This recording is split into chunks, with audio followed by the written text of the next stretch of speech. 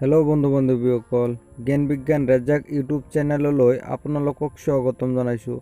বন্ধু বান্ধৱীসকল, আজি মই এইটো ভিডিঅ'ত আলোচনা কৰিম ইতিহাসৰ কিছু প্ৰশ্ন উত্তৰ। এই প্ৰশ্ন উত্তৰসমূহ যুগুত কৰা হৈছে আসাম টেট, D.EL.ED, B.ED আদি এক্সামৰ কাৰণে। আশা কৰোঁ ভিডিঅ'টো চাই ভাল পাব। আহক ভিডিঅ'টো আৰম্ভ কৰোঁ। ভিডিঅ'টো আৰম্ভ কৰাৰ আগতে যিসকল বন্ধু বান্ধৱীয়ে মোৰ চেনেলত নতুন, অনুগ্ৰহ কৰি চেনেলটো ছাবস্ক্ৰাইব কৰি ল'ব আৰু লগতে থকা বেল আইকনটো প্ৰেছ কৰা যাতে পাহৰি নাযায়।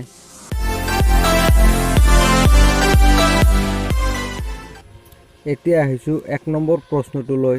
1 নম্বৰত দিয়া আছে the history of Assam can be divided into these eras. অসমৰ ইতিহাসক যুগত ডেছ বিভক্ত কৰিব পাৰি। ইয়াতে 4টা অপশ্যন দিয়া আছে।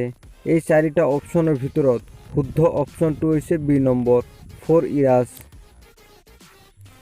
2 নম্বৰত দিয়া আছে who was the earliest king of Pragjyotishpur. প্ৰাগজ্যোতিষপুৰৰ আটাইতকৈ প্ৰাচীন ৰজা কোন আছিল? ইয়াতে 4টা অপশ্যন দিয়া আছে। এই 4টা অপশ্যনৰ ভিতৰত শুদ্ধ অপশ্যনটো হৈছে বি নম্বৰ মহিৰংগ দানৱ। মহিৰংগ দানৱ আছিল প্ৰাগজ্যোতিষপুৰৰ আটাইতকৈ প্ৰাচীন ৰজা। 3 নম্বৰত দিয়া আছে according to Ramayana Amurtaraja was the founder of the kingdom of. ৰামায়ণৰ মতে অমূৰ্তৰাজ কোন ৰাজ্যৰ প্ৰতিষ্ঠা কৰিছিল? ইয়াতে 4টা অপশ্যন দিয়া আছে। এ নম্বৰত দিয়া আছে প্ৰাগজ্যোতিষা, বি নম্বৰত দিয়া আছে কামৰূপা, চি নম্বৰত দিয়া আছে হাৰপেশ্বৰ, ডি নম্বৰত দিয়া আছে কোচবিহাৰ। ইয়াৰ শুদ্ধ উত্তৰটো হৈছে এ নম্বৰ প্ৰাগজ্যোতিষা। 4 নম্বৰত দিয়া আছে নৰকাসুৰা ফাউণ্ডেড হুইচ ডাইনেষ্টি। নৰকাসুৰে কোনটো ৰাজবংশ প্ৰতিষ্ঠা কৰিছিল? ইয়াতে 4টা অপশ্যন দিয়া আছে। এই 4টা অপশ্যনৰ ভিতৰত শুদ্ধ অপশ্যনটো হৈছে ডি নম্বৰ ভৌম ডাইনেষ্টি। নৰকাসুৰে ভৌম ডাইনেষ্টি প্ৰতিষ্ঠা কৰিছিল। 5 নম্বৰত দিয়া আছে who was killed by the first Naraka king Narakasura and established the Bhauma dynasty. নৰকাসুৰে কাক হত্যা কৰিছিল আৰু ভৌম বংশৰ প্ৰতিষ্ঠা কৰিছিল? ইয়াতে 4টা অপশ্যন দিয়া আছে। এই 4টা অপশ্যনৰ ভিতৰত শুদ্ধ অপশ্যনটো হৈছে বি নম্বৰ ঘাটকাসুৰা। 6 নম্বৰত দিয়া আছে according to prehistory sources the mother of Narakasura was. প্ৰাক ইতিহাসৰ উৎস অনুসৰি নৰকাসুৰৰ মাতৃ আছিল। ইয়াতে 4টা অপশ্যন দিয়া আছে। এই 4টা অপশ্যনৰ ভিতৰত শুদ্ধ অপশ্যনটো হৈছে এ নম্বৰ ধৰিত্ৰী। 7 নম্বৰত দিয়া আছে অসম অঞ্চলত সংকলিত 2টা মধ্যযুগীয় গ্ৰন্থৰ নাম কি? ইয়াৰ শুদ্ধ উত্তৰটো হৈছে বি নম্বৰ কালিকা পুৰাণ আৰু য়গিনী তন্ত্ৰ। 8 নম্বৰত দিয়া আছে যোগিনী তন্ত্ৰ দুগৰাকী দেৱীৰ উপাসনাত উৎসৰ্গিত। এগৰাকী কালী আৰু আনগৰাকী হৈছে। ইয়াত 4টা অপশ্যন দিয়া আছে। এই 4টা অপশ্যনৰ ভিতৰত শুদ্ধ উত্তৰটো হৈছে বি নম্বৰ কামাখ্যা। 9 নম্বৰত দিয়া আছে according to which of the following Purana the temple of Kamakhya was in the centre of Kamarupa. নিম্নলিখিত কোনখন পুৰাণ অনুসৰি কামাখ্যা মন্দিৰটো কামৰূপৰ কেন্দ্ৰত আছিল? ইয়াতে 4টা অপশ্যন দিয়া আছে। এই 4টা অপশ্যনৰ ভিতৰত শুদ্ধ উত্তৰটো হৈছে বি নম্বৰ কালিকা পুৰাণ, যে কালিকা পুৰাণ অনুসৰি কামাখ্যা মন্দিৰটো কামৰূপৰ কেন্দ্ৰত আছিল। 10 নম্বৰত দিয়া আছে ৰাণাপীঠ, Kamapitha, স্বৰ্ণপীঠ and সমৰপীঠ were the 4 divisions of the ancient Kamrupa. Which of the following historical composition mention about these 4 divisions?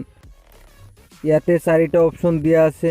এ নম্বৰত দিয়া আছে য়গিনী তন্ত্ৰ, বি নম্বৰত দিয়া আছে কালিকা পুৰাণ, চি নম্বৰত দিয়া আছে বিষ্ণু পুৰাণ, ডি নম্বৰত দিয়া আছে মহাভাৰত। ইয়াৰ শুদ্ধ উত্তৰটো হৈছে এ নম্বৰ য়গিনী তন্ত্ৰ। 11 নম্বৰত দিয়া আছে Hinduism was established in Pragjyotishpura by the king. কোন ৰজাৰ দ্বাৰা প্ৰাগজ্যোতিষপুৰত হিন্দু ধৰ্মৰ প্ৰতিষ্ঠা কৰা হৈছিল? ইয়াতে 4টা অপশ্যন দিয়া আছে। এই 4টা অপশ্যনৰ ভিতৰত শুদ্ধ অপশ্যনটো হৈছে এ নম্বৰ নৰকাসুৰ। 12 নম্বৰত দিয়া আছে নৰকাসুৰ ৱাজ কিল্ড বাই, যে নৰকাসুৰক কোনে হত্যা কৰিছিল। ইয়াতে 4টা অপশ্যন দিয়া আছে। এই 4টা অপশ্যনৰ ভিতৰত শুদ্ধ অপশ্যনটো হৈছে বি নম্বৰ শ্ৰীকৃষ্ণ, যে নৰকাসুৰক শ্ৰীকৃষ্ণই হত্যা কৰিছিল। 13 নম্বৰত দিয়া আছে হু কিল্ড মুৰা দ্য জেনেৰেল অফ নৰকাসুৰা, নৰকাসুৰৰ সেনাপতি মুৰাক কোনে হত্যা কৰিছিল। ইয়াতে 4টা অপশ্যন দিয়া আছে।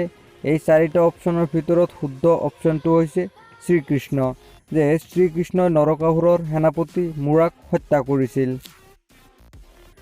14 নম্বৰত দিয়া আছে according to the epic Mahabharata who rule the Pragjyotishpura kingdom during the Kurukshetra war, Mahabharata অনুসৰি কুৰুক্ষেত্ৰৰ যুদ্ধৰ সময়ত প্ৰাগজ্যোতিষপুৰৰ ৰজা কোন আছিল।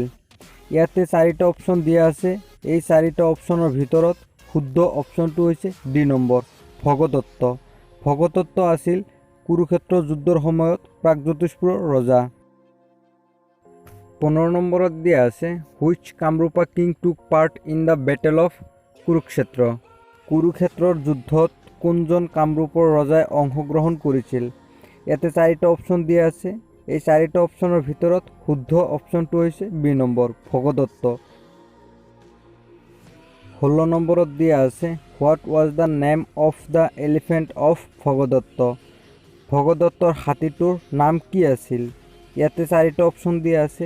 এই 4টা অপশ্যনৰ ভিতৰত শুদ্ধ উত্তৰটো হৈছে এ নম্বৰ সুপ্ৰতিকা।